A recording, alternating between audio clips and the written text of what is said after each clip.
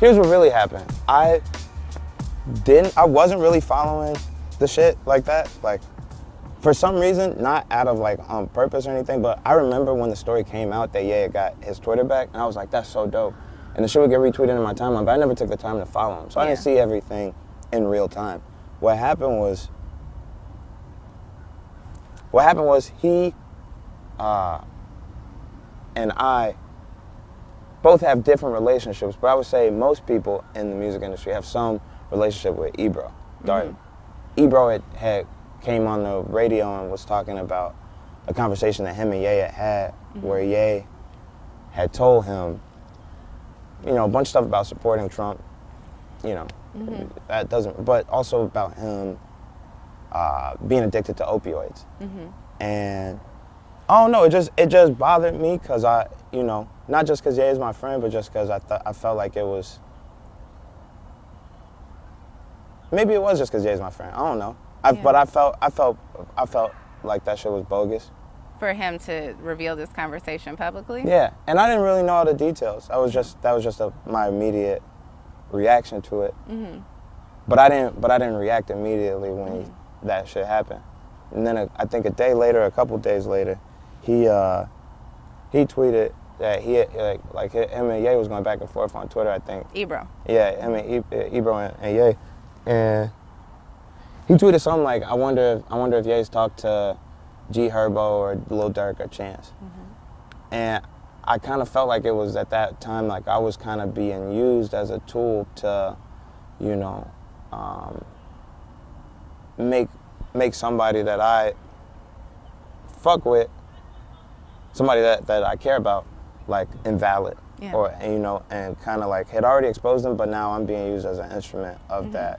And so I just quoted it, and I basically was just like, because the truth was, I just talked to Ye a couple days before, and he sounded good, and the confidence in his voice told me that he wasn't worried about people questioning his mental or physical health. And that was me in my full-on, like, you know, I'm not getting into y'all shit.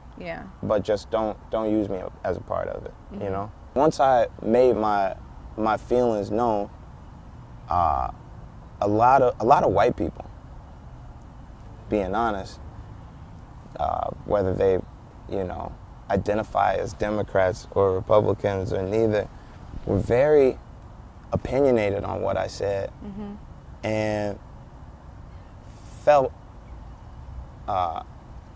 the privilege of calling me all types of Uncle Toms and coons, and there was like a meme floating around about the Democrat plantation, and it was whether it was the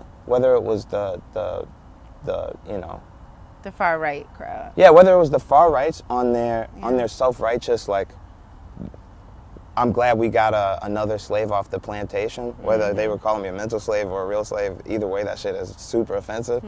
Or the Democrats that were, you know, hitting me on some, like, I had switched sides, or that I owed some type of, you know, owed anything to some party, blew me. And just as, like, a real nigga, I was just like, this shit dead. Y'all, and for my response, I just wrote Black people don't have to be Democrats, because I have a lot of feelings about it that, you know, come from living in a city that's ran by Democrats, that's fucked up, you know. I don't believe in the parties. I believe in people, you know, and, you know, even with all my power, I'm just one vote, but that vote doesn't, like, belong to nobody. Like, I'm gonna make my choice when, you know, when somebody steps up. And, you know, I don't know, niggas got mad, but I wasn't tripping off of people getting mad, you know what I'm saying? I only really issued an apology, and maybe I'll get in trouble for this, but I only really issued, not even an apology, I tried to just say, you know, what I felt at the moment, but I talked to him, like, literally, like, the same day that Trump tweeted me and shit, really calling him for advice on that. Because beyond, like, how I felt about the shit, like I said, Ebro's, like, a big brother to me, and I was just like, yo, like, I should tell you firsthand, this is how I felt about the shit. And as soon as I told him, he was like, I could tell that that's how you felt. And to be honest with you, Ye told me to tell the radio those things. Like, this was like a conversation that we had, and he wanted me to say these things. And I was like, well, shit, I ain't know. Yeah. You know? And it was cool. He didn't feel no type of way about it. And he kind of like just talked to me about the whole thing and where he was coming from on it. And so now, like, a lot of the lessons in that shit was, just don't always necessarily react immediately,